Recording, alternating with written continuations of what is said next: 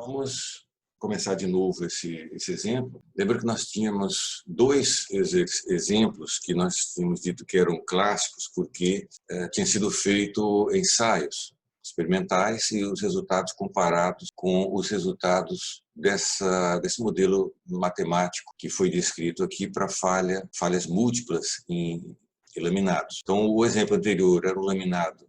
Era uma barra, um formato de corpo de prova, com 3 lâminas em mais 15, menos e mais 15. Esse exemplo aqui é um laminado também em forma de corpo de prova, com 3 lâminas, só que cruzado, 0,90 e 0, com a característica de que as espessuras são diferentes. As lâminas externas têm 1/12 da espessura total e a lâmina interna tem uma espessura 10 vezes maior que de cada uma dessas faces aí. Então, isso vai dar algumas características. Então, como isso aqui a gente já viu no exemplo anterior com mais detalhes, aqui nós vamos ver um pouco mais rápido, seguindo aqueles fluxogramas de cálculo. Então, a gente começa buscando o primeiro intervalo de carga, buscando a primeira falha nesse laminado, que é suposto começar intacto. Então, é calculado a matriz elástica, essa matriz Q de cada lâmina, é feita a rotação dela para as direções globais X e Y, é feito o cálculo da matriz extensional de rigidez do laminado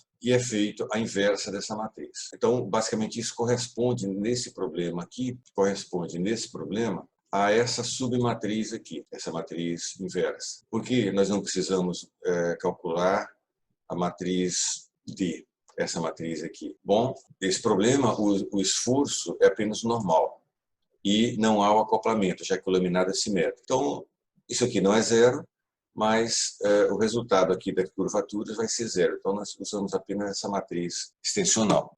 No caso aqui, a parte de flexão, a inversa de A. Então, a primeira etapa do processo consiste em achar essas deformações de membrana correspondentes a esse perfil de esforço. Então, nós temos aqui esforços normais 1, 0, 0. O que vai dar esse perfil de deformações de membrana, que é A vezes o N. Então, essas deformações aqui. Aqui nós já juntamos várias etapas para encontrar o que nós buscamos em seguida, que é o perfil de tensões nas direções principais de cada lâmina. Então, aqui nós consideramos que, não tendo curvatura, a deformação em qualquer posição de qualquer lâmina vai ser essa aqui, nas direções globais. Então, isso aqui é a deformação nas direções globais, X, Y. Matriz de rotação, nós passamos deformação para as direções principais e, em seguida, tensões. Isso aqui, lâmina 1, lâmina 2. Não há aqui, só para lembrar, tensão cisalhante por causa desse desacoplamento aqui, já que o laminado é cruzado. Em seguida, nós vamos usar o critério de Tsai-Hill, de novo. Aqui tem aquele detalhe anterior de como aplicar o critério para encontrar um fator que leva, quer dizer, um fator que multiplicado por essa tensão aqui, leva essa lâmina falha. Esse fator é esse 207 aqui. E buscamos o outro fator que multiplicado por esse perfil vai levar a lâmina 2 à falha, considerando cada lâmina desacoplada uma da outra. Então, multiplicando isso aqui por 37, essa lâmina 2 chega à falha. Como o fator, quer dizer, o carregamento é o mesmo para as duas lâminas, o fator que vai levar esse perfil de esforços à primeira falha é o menor aqui, é o 37. Então, em 37, a lâmina 2 estará no seu limiar de falha e a lâmina 1 estará folgada ainda, bem abaixo da sua capacidade limite. Essas tensões, então, quando eu multiplico esse perfil por esse fator, que vai definir a primeira falha, bom, primeiro, nós vamos ter que os esforços na primeira falha vão ser 37 vezes o perfil. Então, vai dar 37, 0, 0. E a tensão no limiar de falha de cada lâmina vão ser essas aqui. Então, 37 vezes isso vai dar isso, e vezes isso dá isso aqui. Lembrando que, para esses esforços, quem vai falhar é a lâmina 2, sob esse nível de tensões. Então, isso aqui são as tensões no limiar da falha 2. Aqui, uma etapa final nesse primeiro intervalo de carga é identificar, ou pelo menos estimar, qual seria o modo de falha da lâmina 2. Poderíamos fazer um cálculo usando teoria de tensão máxima, só que aqui fica até visível, pela simplicidade do laminado e do carregamento, que a gente tem aqui sigma 2 de 27,59 e essa lâmina, na direção 2, o limite de falha dela é 27,6. Então, essa tensão sigma 2 é aquela que está bem próxima, muito próxima, da tensão de ruptura transversal em tração. Então, está bem mais próximo do que essa tensão aqui na direção 1, que vai ser comparada com 1000 megapascal. Então, é de se prever que essa lâmina 2 vai falhar no modo 2, isto é, separação entre as fibras, fratura da matriz. Então, nesse ponto de falha, a gente tem, nós estamos onde? O esforço normal aplicado é 37, então nós temos aqui um pouco abaixo do 40, nessa primeira cruz que tem aqui, no gráfico, o gráfico de esforço versus εx. E o εx propriamente vai ser obtido multiplicando 37 vezes aquele perfil de deformações e vai encontrar isso aqui, 1,5, que é essa ordenada aqui. Isso vai gerar esse primeiro ponto aqui, que caracteriza a primeira falha. Do lado da tensão, nós calculamos aqui as tensões no limiar da primeira falha. Então, se nós temos esse gráfico aqui para a lâmina 1, então essa primeira bolinha aqui tem a ordenada 84, aqui. Então, aqui está a tensão no limiar da falha da lâmina 2. Isso aqui é a tensão na lâmina 1. Na lâmina 2, a tensão no limiar da falha é essa aqui. Por que essa tensão é compressiva? Ou mesmo o perfil, né? O perfil e a tensão ali, por que ela é compressiva? Lembra que nós estamos nessa situação, olhando aqui de lado, né? De perfil. O laminado tem a lâmina 1, a 2 e a 3. Essas bolas aqui, lembra que são as fibras na direção transversal. O X é essa direção. Então, na lâmina 2, a direção 1 está saindo aqui da tela. É transversal à imagem. A direção 1. A direção 1 dessa lâmina 2 está na direção Y global. Então, quando se traciona o conjunto, as lâminas externas estarão elogadas. E existe o efeito de Poisson, que vai tender a se deformar transversalmente na direção 2, na direção Y, aliás, que corresponde à direção 2 da lâmina 2. Então, a tração da lâmina 1, longitudinal, vai gerar uma compressão na direção Y da lâmina 2. Isso aqui. E por que ela se elonga tanto? Por causa da diferença de modos de elasticidade entre na direção X, entre a lâmina 1 e a 2. Tá? Então, esse detalhismo é importante que se entenda. Para interpretar resultados, procurar erros nas análises, etc. Mesmo que você faça uma modelagem por elementos finitos, em que essas coisas vão ser calculadas de maneira automatizada, é sempre bom pegar um certo ponto, uma certa região, ver os números que foram calculados e ver se eles fazem sentido. Pode acontecer de você ter errado algum dado, basta qualquer condição de contorno, qualquer sinal, o ângulo informado, ou ainda pode ser uma deficiência no refino da malha, que você começa a ter tensões muito diferentes, não só com algum erro de aproximação, mas qualitativamente erradas. Isso é uma característica de elementos finitos. Bom, feito isso, nós já temos o primeiro ponto aqui no limiar da primeira falha, vamos buscar o segundo intervalo de falha, que é entre a falha 1 e a falha 2. Para isso, nós vamos ter que fazer a transição entre o limiar, entre o antes e o depois da primeira falha, nas tensões. Nós vamos usar aqui aquele processo que nós tínhamos comentado de eliminação parcial das propriedades da lâmina 2. Nas direções principais, a matriz elástica é essa aqui, da matriz intacta.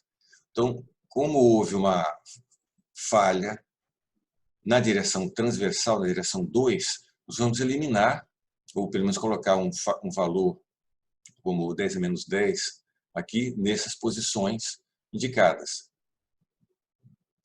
Tá? E então essa matriz vai ficar reduzida apenas a um termo, esse termo aqui. Feito isso, nós usamos o método normal, usual, de calcular a matriz do laminado. Então essa matriz aqui é calculada com a matriz 1, a matriz da lâmina 1 e 3 intactas, e da lâmina 2, essa aqui. Então gera isso, a inversa disso aqui. Daí nós seguimos o procedimento já feito anteriormente, de substituir essa parte aqui por essa matriz, multiplicar pelo perfil de esforço e encontrar um novo perfil de deformações de membrana. Antes disso, qual é a nossa tarefa aqui? É encontrar as tensões na lâmina, nas lâminas, tá? Logo após a primeira falha. Então, nós usamos aquele procedimento que nós pegamos os esforços na primeira falha, multiplicamos por essa matriz de flexibilidade, agora já aumentada, a rigidez foi diminuída. Observa, antes nós tínhamos essa rigidez aqui, a primeira matriz A. Agora, essa segunda matriz A é correspondente nesse gráfico a essa inclinação aqui. É uma rigidez menor por causa da deficiência na lâmina 2. Então, a inversa disso aqui vai ser uma flexibilidade superior à que existia antes. Isso aqui. Então, isso vai dar um certo delta de deformação e nós usamos isso para calcular a tensão em cada lâmina. Agora, esse A aqui para indicar após a primeira falha, já no intervalo 2.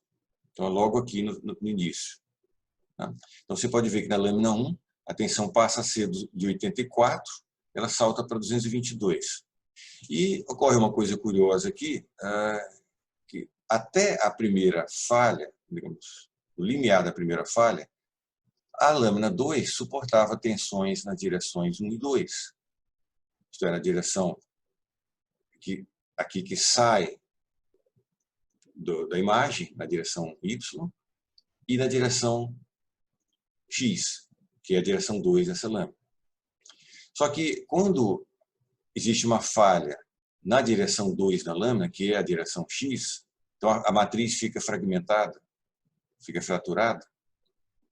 Então, no momento da fratura dessa matriz, na lâmina 2, a tensão na direção 2 cai a zero, como é de se esperar. Se isso aqui está fraturado, a tensão na direção 2 da lâmina, que é a direção X global, cai a zero. E isso é o que aparece aqui. Na direção 2, a tensão cai a zero. Então fica, e na direção 1, ela aumenta, por causa do efeito de Poisson. Já que a tensão sigma 1 aqui cresceu, de 84 para 222, o efeito de Poisson gera uma deformação transversal na lâmina 2, maior do que a que havia antes. Então, ela passou aqui de menos 0,8 para menos 0,35. Vocês estão seguindo esse raciocínio sobre o que acontece com deformações e com tensões antes e logo após a falha, etc. Sim. Tá? Sim. Então, a partir daqui, então esses valores aqui vão constituir as tensões no início do próximo intervalo de falha. Então, nós estamos bem aqui no comecinho. Nós vamos buscar agora esse ponto aqui, de tensões e deformações, e saímos desse ponto e vamos buscar aquele. Então, vamos pegar o perfil de esforços, multiplicar por aquela matriz de flexibilidade aqui e obter o perfil de deformações de membrana, esse aqui. A partir daí, nós vamos fazendo a rotação e fazendo multiplicação por Q, nós vamos ter as tensões, o perfil de tensões nas direções principais da lâmina 1 e 2. Em seguida, usar novamente o método de Sahil, de falha, e vamos buscar o fator que, multiplicado por isso aqui, observa que agora a situação é um tanto diferente, né? Lembra que no exemplo anterior não teve segundo intervalo de falha, nem terceiro. O laminado mais, menos, mais, ele geralmente não apresenta isso. Tá? Mas aqui nós estamos realmente numa situação, nós chegamos no segundo intervalo de falha. Então o que acontece? Qual é esse valor de tensão aqui, no limiar da segunda falha? Vai ser a tensão logo após a primeira falha, mais o incremento de tensões. Então, é a tensão logo após a primeira falha. O incremento de tensões vai ser esse perfil aqui, multiplicado por um fator. Então, o que nós vamos buscar? Qual é esse fator que, multiplicado pelo perfil, somado com a tensão que já havia no início do intervalo, qual é esse fator que gera uma tensão no limiar de uma falha? Qual é esse fator aqui que, multiplicado e somado, gera um nível de tensão que leva essa lâmina a falhar, se ela tivesse solta. E também vamos buscar, para a lâmina 2, qual é esse fator que, multiplicado por esse perfil, somado com isso, vai dar uma tensão que leva essa lâmina a falha. Bom, esses dois fatores são isso aqui.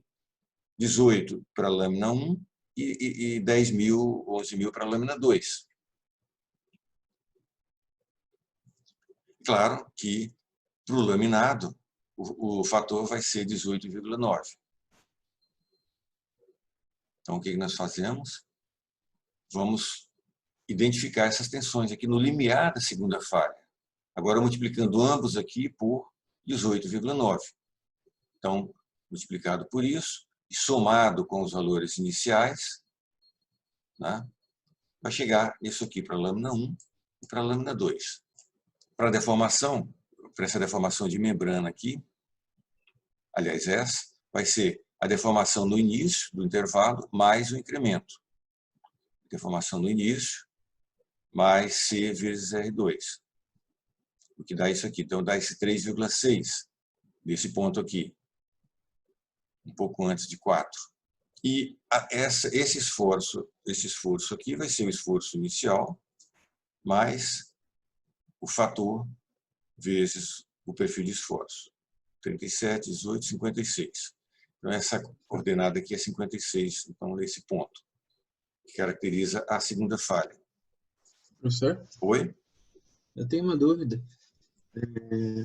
Por que a gente está somando ali com a tensão inicial? É como se tu tivesse com o teu corpo de prova já tensionado e tu fosse lá e aplicasse novamente o carregamento.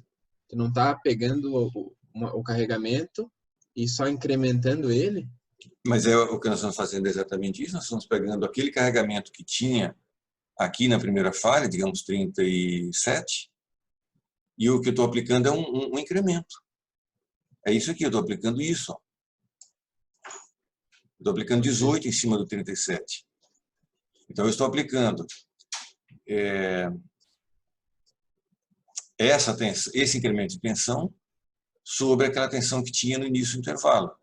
Aqui, estou aplicando aquele incremento. O processo aqui todo é incremental, onde se considera que o incremento em cada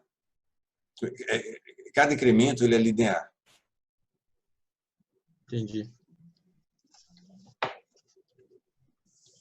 Com isso, temos tudo aqui no limiar da segunda falha, um pouco antes aqui dessa bola, né? Agora vamos buscar o terceiro intervalo de carga. Esse pedaço aqui, ver se ele existe e tudo. E onde seria essa terceira falha aqui. Primeira coisa é fazer o que nós já fizemos antes, no caso anterior.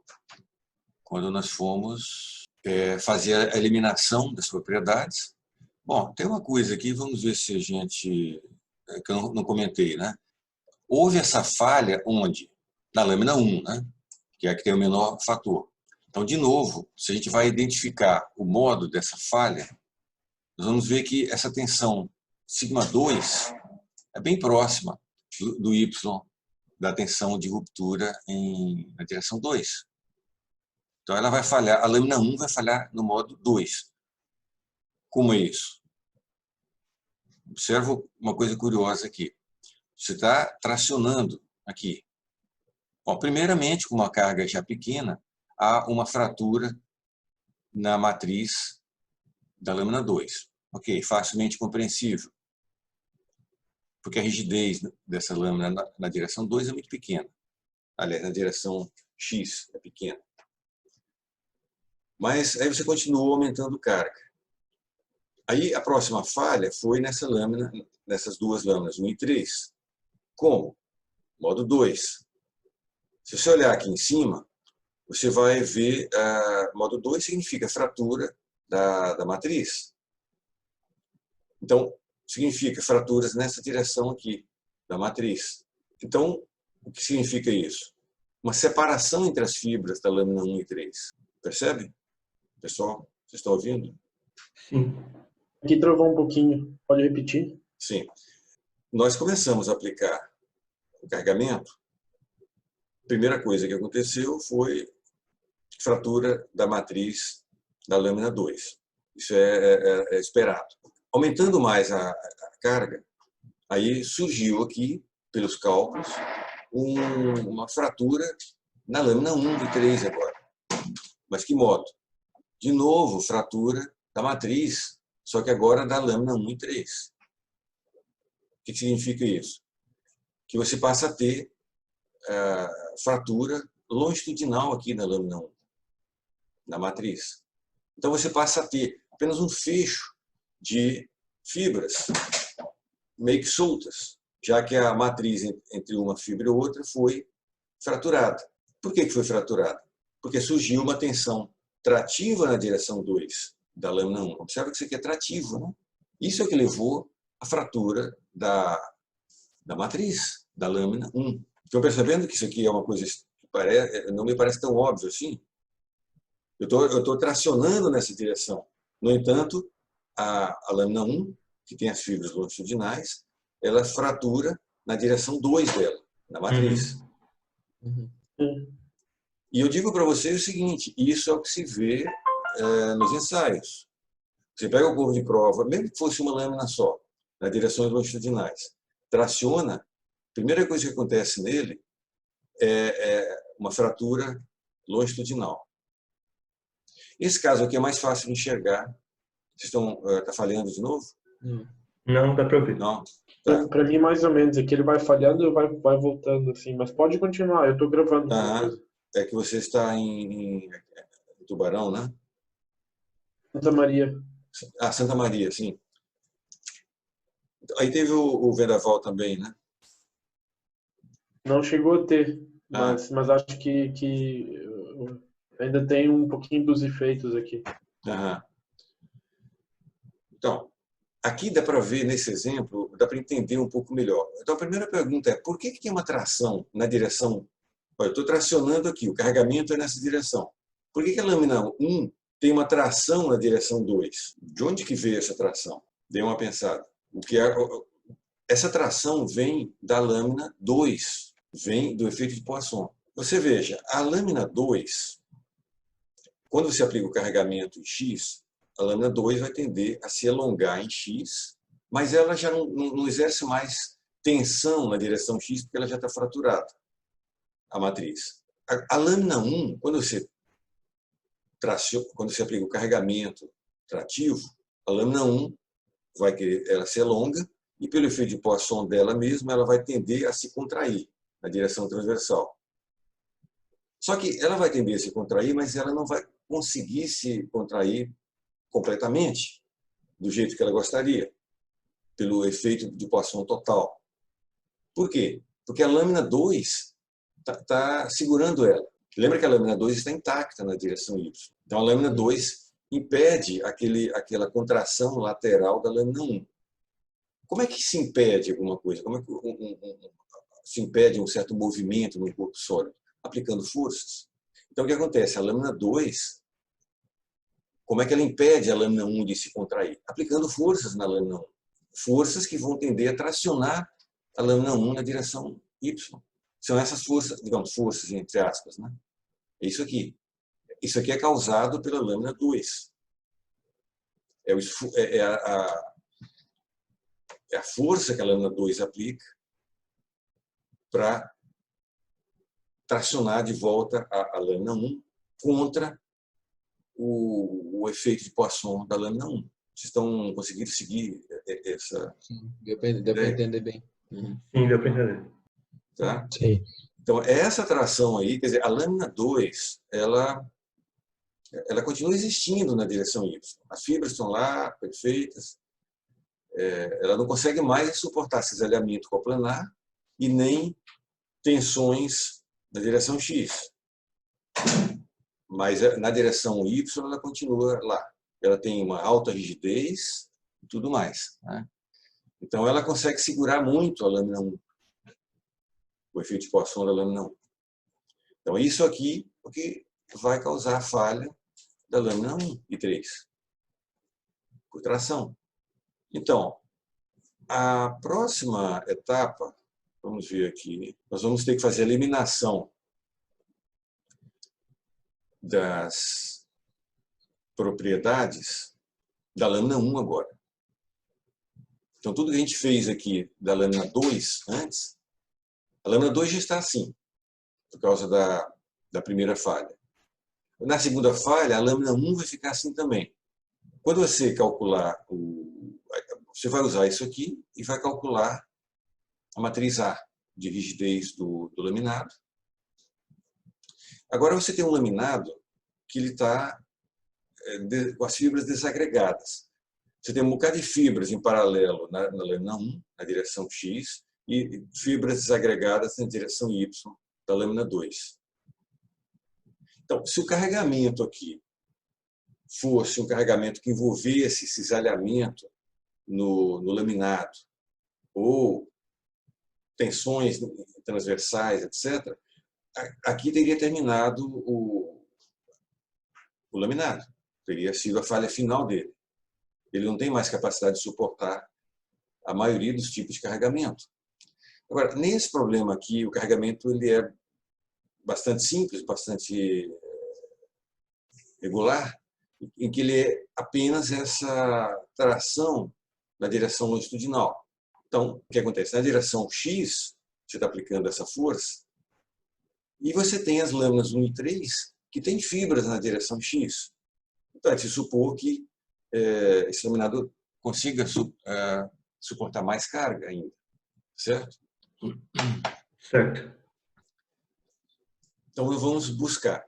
Se a gente faz a eliminação da lâmina 1 também, da parcial, você vai ter ainda uma rigidez remanescente no laminado, que a gente pode inverter a matriz, chegar na matriz de flexibilidade e, com isso, fazer todos os cálculos que foram feitos até aqui. E a gente vai chegar agora nas tensões logo após a primeira, aliás, logo após a segunda falha.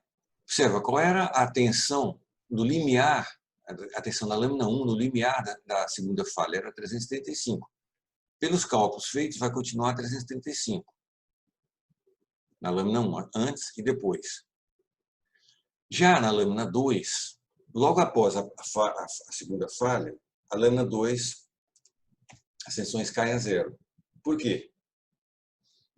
Porque agora não tem mais... No momento que a lâmina 1 fraturou a matriz, ela perde o efeito de Poisson que causaria solicitação da lâmina 2. Então, a lâmina 2 continua tendo a sua rigidez na direção Y, só que não tem mais solicitação provocada pela lâmina 1, já que a lâmina 1 ficou desagregada. Tá? Isso é que explica esse zero, esse valor que cai daqui para zero. Bom, então, agora temos na lâmina 1, quem está suportando agora, a partir dessa segunda falha, quem suporta todo o carregamento? A lâmina 1.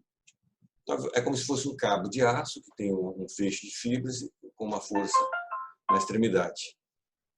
O que você vai fazer agora é calcular o perfil de tensões do incremento, buscar para a lâmina 1 esse fator aqui, que multiplicado pelo perfil e somado com a tensão no início, esse 335 aqui, vai levar essa lâmina 1 a uma nova falha. Esse perfil aqui vai ser o perfil de esforço, vezes a flexibilidade, que agora é essa aqui, e vezes esse C. Agora, observa que esse perfil é 1, 0, 0. Essa matriz aqui tem zeros aqui e aqui. Então, na realidade, quando eu multiplicar esse N por essa matriz, vai ter só o sigma 1 não nulo. Então, a coisa toda fica reduzida. Aliás, é o sigma x, né? Sigma x não nulo. O problema ficou unidimensional, só na direção x. Então, a gente pode escrever essa expressão aqui. Você pode terminar de fazer essa operação, somar com aquele vetor ali, mas o vetor também só tem o termo da direção 1. A matriz de transformação é identidade. Isso aqui é 1. Da matriz que eu só vou precisar desse termo aqui, já que os demais são nulos, o problema fica todo unidimensional. Explicitamente, isso aqui. O critério de Tsai-Hill. Colocando os números, se chega nisso, você vai buscar esse fator C aqui, que resolve essa equação. O resultado dá esse 116. Então, 116 vezes 1, que é o perfil de esforço, mais esse valor aqui, vai dar o esforço na terceira falha. Esse esforço aqui, 172. E a deformação, você calcula de forma similar, vai dar 16, essa deformação aqui. E fazendo esse ajuste também na tensão, quer dizer, calculando esse valor aqui, você vai encontrar essa tensão aqui, em torno de 900, em torno de 1000 megapascal, para a tensão final de ruptura do laminado, da lâmina 1. Esse é o panorama.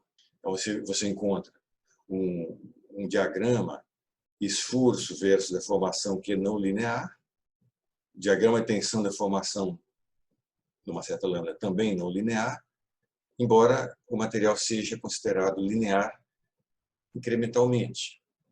1034 é a tensão final do laminado.